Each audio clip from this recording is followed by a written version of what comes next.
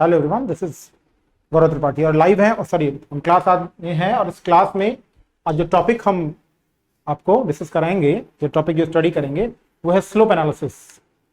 Slope analysis में क्या है, आपने इसके पहले जो क्लासेस स्टडी की उसमें वेदरिंग था। अब जो पॉइंट है वो है स्लोप। स्लोप को हिंदी में कहते हैं ढाल, और ढाल एक कंपल्सरी एलिमेंट है। किसका कंपल्सरी एलिमेंट है? Slope is a compulsory element of mountain and hills and the high altitude parts।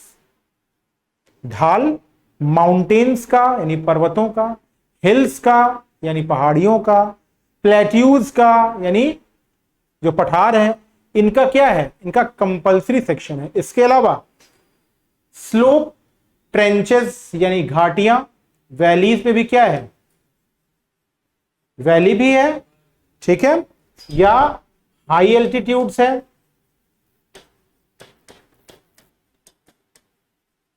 तो ऊंचे भाग हैं या गहरे भाग हैं, इन सब का एक कंपल्सरी एलिमेंट है, एक अनिवार्य तत्व है, इसे हम कहते हैं ढाल यानी स्लोप। स्लोप कैसे डिपेंड होता है, किस चीज पे डिपेंड है? स्लोप सबसे इंपॉर्टेंटली डिपेंड होता है किस पे? Structure of the topography. अब इसका मीनिंग क्या हुआ? Structure of the topography, it means अगर ये स्ट्रक्चर बहुत हार्ड कोर है, बहुत सख्त है, मेटामॉर्फिक रॉक का बना हुआ है, इग्नियस रॉक का बना हुआ है, तो इसमें वेदरिंग और इरोजन का जो प्रोसेस है वो स्लो होगा। जिससे क्या होगा? जिससे स्टीप स्लोप जैसे या खड़े ढाल बनने की संभावनाएं क्या होंगी? कम होंगी। लेकिन अगर यही हार्डकोर पार्ट कैसा है? यह हार्डकोर पार्ट सॉफ्ट रॉक का बना हुआ है, तो बहुत जल्द वेदरिंग और इरोजन से जो जेंटल स्लोप था वो क्या होगा? वो कट करके एक स्टीप स्लोप यानी क्लिफ बन जाएगा।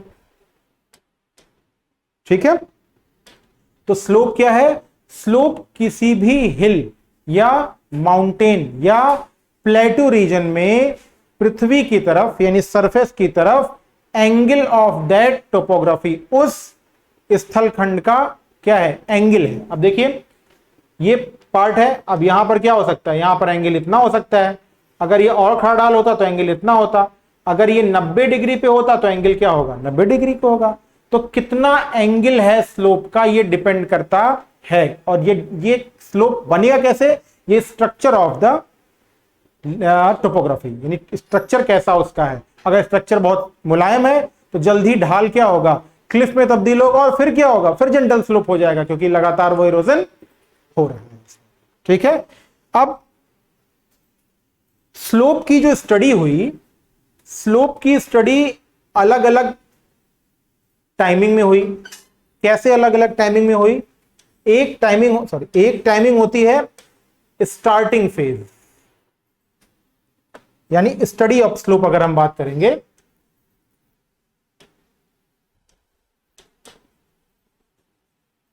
स्टडी ऑफ स्लोप, पहले हमने देखा कि what is slope. Slope is a compulsory element of, एक अनिवार्य तत्व है किसका?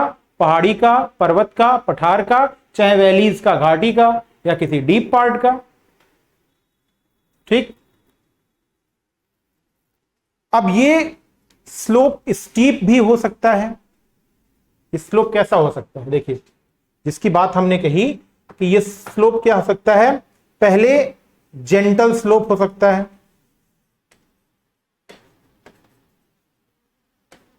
जेंटल स्लोप का मतलब होता है एक सामान्य ढाल बिना किसी झुकाव के, जिसे हम उत्तल ढाल भी कहते हैं।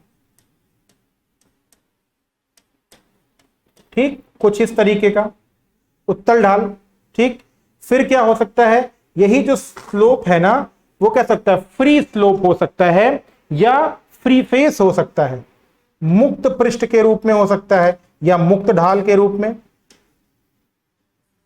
कैसा हो सकता है? मुक्त ढाल या फ्री स्लोप अब फ्री स्लोप कैसा होगा? फ्री स्लोप ऐसा होगा, एकदम खड़ा। ठीक, तो ये जो स्लोप है वो क्या है? जेंटल भी हो सकता है, मुक्त पृष्ठ भी हो सकता है, या फ्री स्लोप हो सकता है। इसके अलावा सरल रेखीय भी हो सकता है, लाइनर भी। इसके अलावा कैसा हो सकता है? ये सरल रेखीय।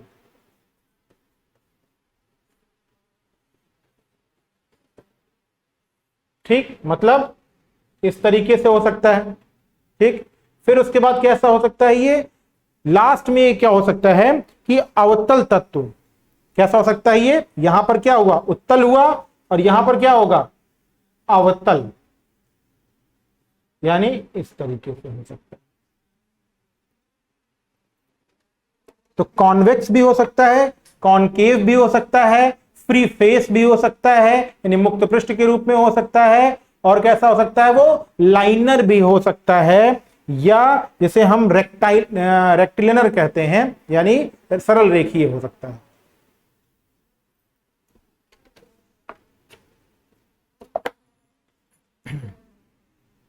ढाल इसमें से कुछ भी हो सकता है। ठीक, अब देखिए, अब जब स्टडी ऑफ स्लोप स्टार्ट हुई,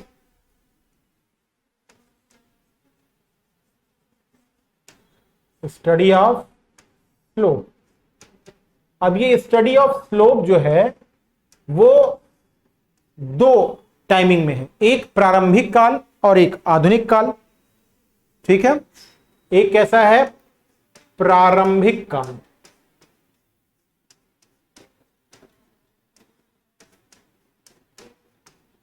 और दूसरा है आधुनिक काल, यानी मॉडर्न टाइम।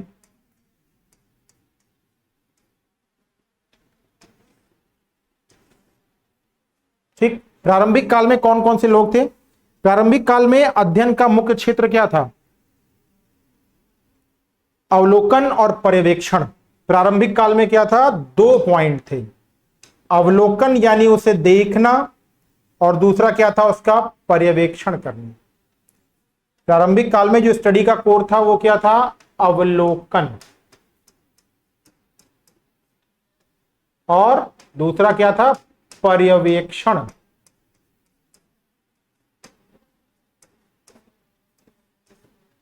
यानी ऑब्जर्वेशन करना।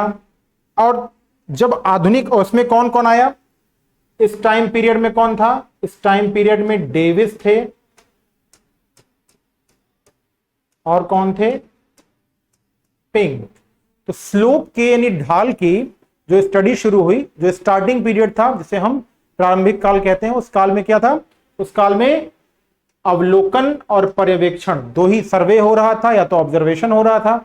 और उस टाइम जो दो इंपॉर्टेंट पर्सन थे वो थे वॉल्टर फिंक और विलियम मॉरिस डेविस। ठीक है,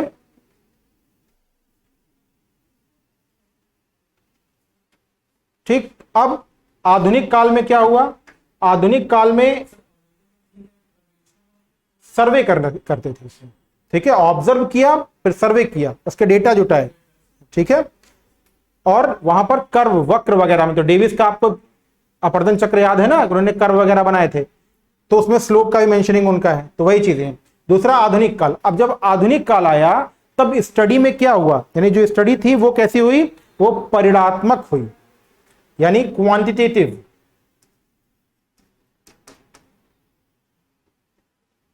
वो कैसी हुई? क्वांटिटेटिव हुई,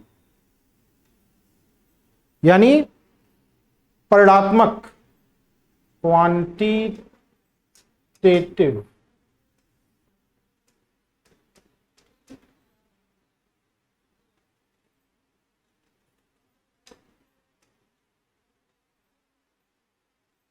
परिमाणात्मक।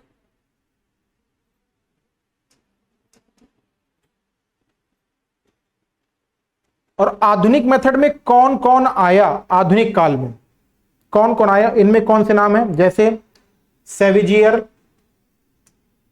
आधुनिक काल में कौन कौन आया? जैसे सेविजियर,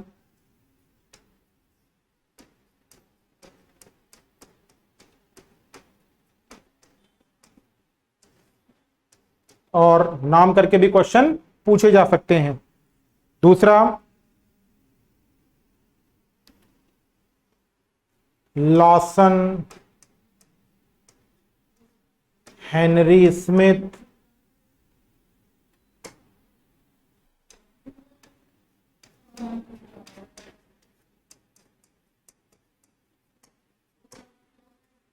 सेविजियर, लॉसन, हेनरी स्मिथ, इसके अलावा रिच,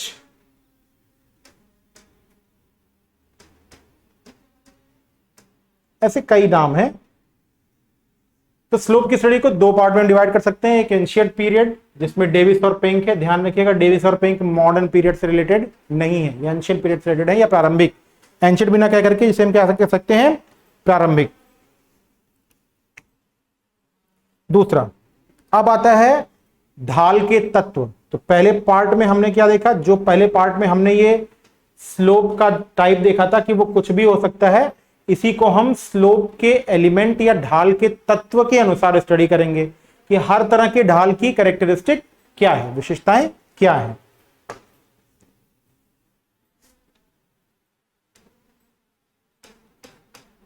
ढाल के तत्व,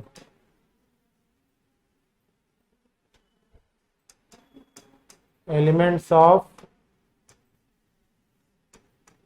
स्लोप।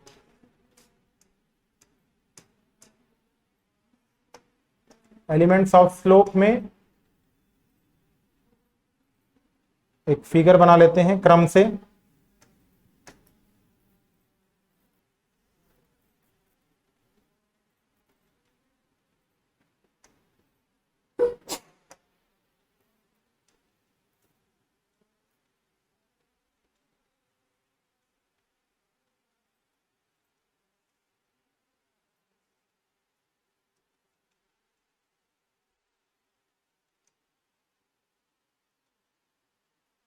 सबके नाम है 1 2 3 4।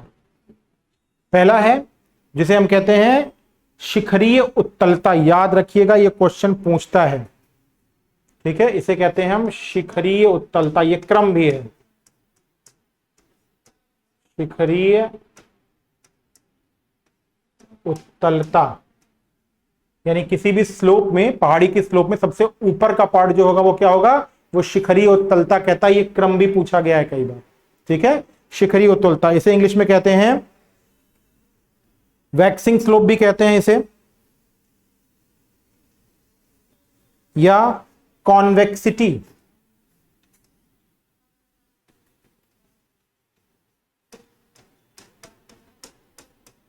कॉन्वेक्सिटी। दूसरा है फ्री फेस, जहां पे ढाल देखिए क्या है, बहुत तीव्र है, जिसे कहते हैं मुक्त पृष्ठ तत्व, फ्री फेस, मुक्त पृष्ठ तत्व या फ्री फेस, मतलब कुछ भी टिकेगा नहीं। उसके बाद क्या आता है, उसके बाद लाइनर वाला पार्ट आता है जिसे हम कहते हैं सरल रेखीय तत्व।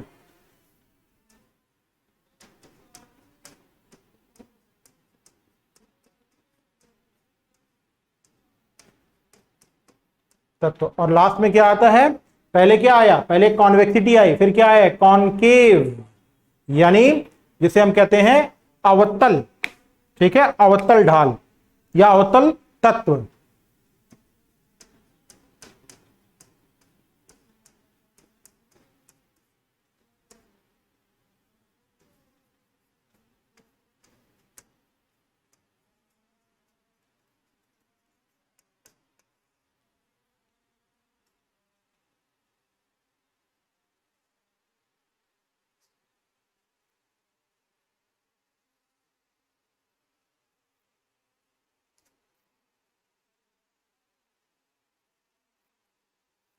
ठीक है, इसे, इसका एक नाम और है सिम्यूशियल कॉन्वेक्सिटी।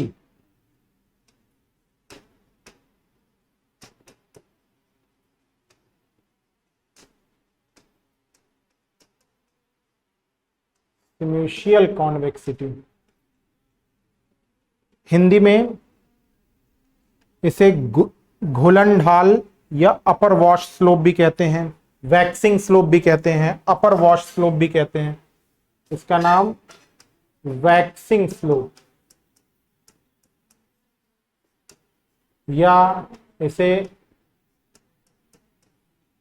अपर वॉश स्लोप भी कहते हैं। वैक्सिंग स्लोप कहेंगे, अपर वॉश, क्वेश्चन वैक्सिंग स्लोप से ही पूछा है, ठीक है। या वृद्धिमान ढाल, से स्पेलिंग करेक्ट कीजिएगा, वैक्सिंग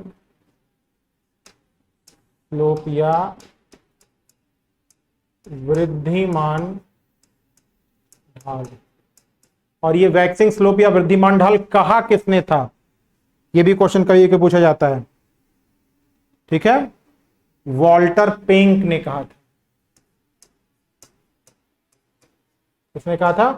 पेंक ने कहा था।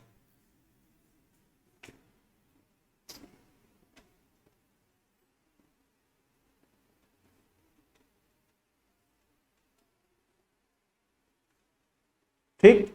शिखरीय उत्तलता या वैक्सिंग स्लोप क्यों ऐसा होता है? वैक्स क्या होता है, आपने ध्यान से देखा होगा कि अपने शरीर पर जो रोए होते हैं उसको हटाने के लिए वैक्स एक प्रक्रिया होती है, मोम लगाया जाता है, ठीक। तो वैक्सिंग की प्रक्रिया में क्या होता है कि ये शिखरीय उत्तलता वाले भाग में क्या होता है, एक पतली चादर होती है, एक पतली चादर के रूप में क्या होता है, के रूप में आवरण होता है, ठीक। और वो आवरण देखो लिखा हुआ क्या, अपर वॉश स्लोप, और वो पतला आवरण क्या होता है, वो पतला आवरण हट जाता है, ठीक है। तो इसीलिए उसे क्या कहते हैं, ऊपरी वृष्टि या घुलन ढाल, घुल जाता है, निकल जाता है, ठीक है। तो एक पतली चादर के रूप में जो आवरण होता है और वो शिखरीय उत्तलता वाले भाग में होता है। अब ऐसा घुल के हट जाना ये किस तरह के क्लाइमेट में हो सकता है, कहां हो सकता है? तो ये हो सकता है जहां लाइम स्टोन वाला इलाका होगा, आर्द्र शीतोष्ण जलवायु वाले प्रदेशों में लाइम स्टोन। कहां होगा ये? आर्द्र शीतोष्ण जलवायु वाले प्रदेशों में जहां लाइम स्टोन चट्टानें होंगी।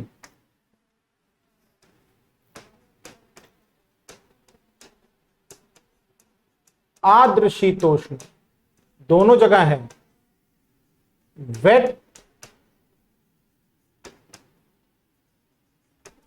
टेम्परेट, आर्द्र शीतोष्ण जलवायु हो, और उसमें भी कंडीशन है क्या, चूना पत्थर यानी लाइम स्टोन वाली चट्टानें, ठीक है। वहां पर माउंटेन के सबसे ऊपरी भाग में शिखरी उत्तलता या जिसे हम कहते हैं कॉन्वेक्सिटी या सिमेशियल कॉन्वेक्सिटी या अपर वॉशिंग स्लोप या वैक्सिंग स्लोप। कभी कभी ये वैक्सिंग अपर वॉशिंग स्लोप वाला पॉइंट लिख देता है, ठीक है। अब इसमें चूना पत्थर भी हो या खड़िया मिट्टी भी हो तब भी काम हो जाएगा, या हो खड़िया मिट्टी,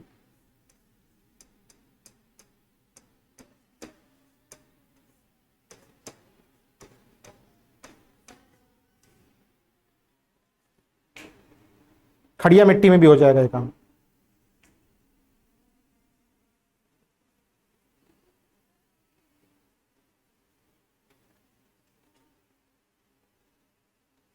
ठीक है। अब दूसरा है मुक्त पृष्ठ ढाल, ठीक। मुक्त पृष्ठ ढाल में क्या होगा, ढाल इतना तीव्र होता है, इसमें क्या है, अधिक तीव्र ढाल, ठीक। और इस पे क्या होगा, निक्षेप रहित, क्या होता है, निक्षेप रहित होगा, डिपोजिशन फ्री होगा, कुछ भी डिपॉजिट हो ही नहीं पाएगा इस पे, सब नीचे आ जाएगा। तो जब कोई अवसाद कोई सेडिमेंट यहां डिपॉजिट होगा ही नहीं तो ये क्या होगा, फ्री यानी मुक्त होगा। किससे होगा, किसी भी तरह के फेस से, कोई भी फेस इस पे आकर टिकेगा नहीं। इसका एक नाम और है डेरिवेशन स्लोप,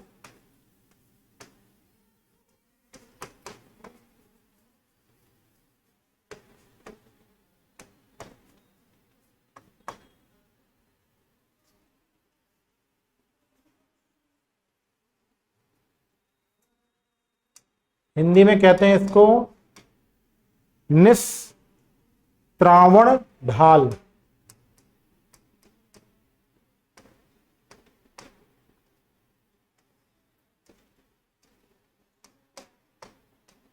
निस्त्रावण ढाल।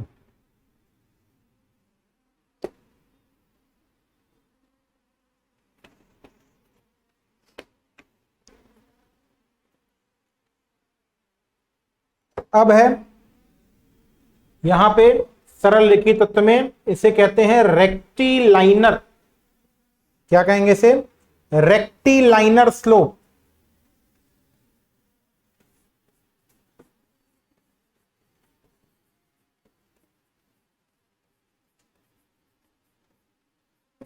रेक्टिलाइनर स्लोप। रेक्टिलाइनर स्लोप में खास बात क्या होगी? ये सम ढाल या स्थिर ढाल भी इसे कहते हैं। इसे क्या कहेंगे? समढाल या स्थिर ढाल। इन सब नामों से भी क्वेश्चन बन जाते हैं।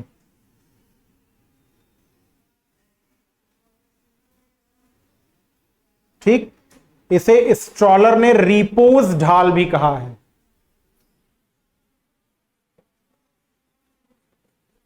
स्ट्रॉलर ने क्या कहा? इसे रिपोज ढाल। और इसका जो ढाल है वो किस पे डिपेंड है? इसका जो ढाल है वो इसके ऊपर जो सेडिमेंट या डिब्रीज हैं उनके आधार पर है।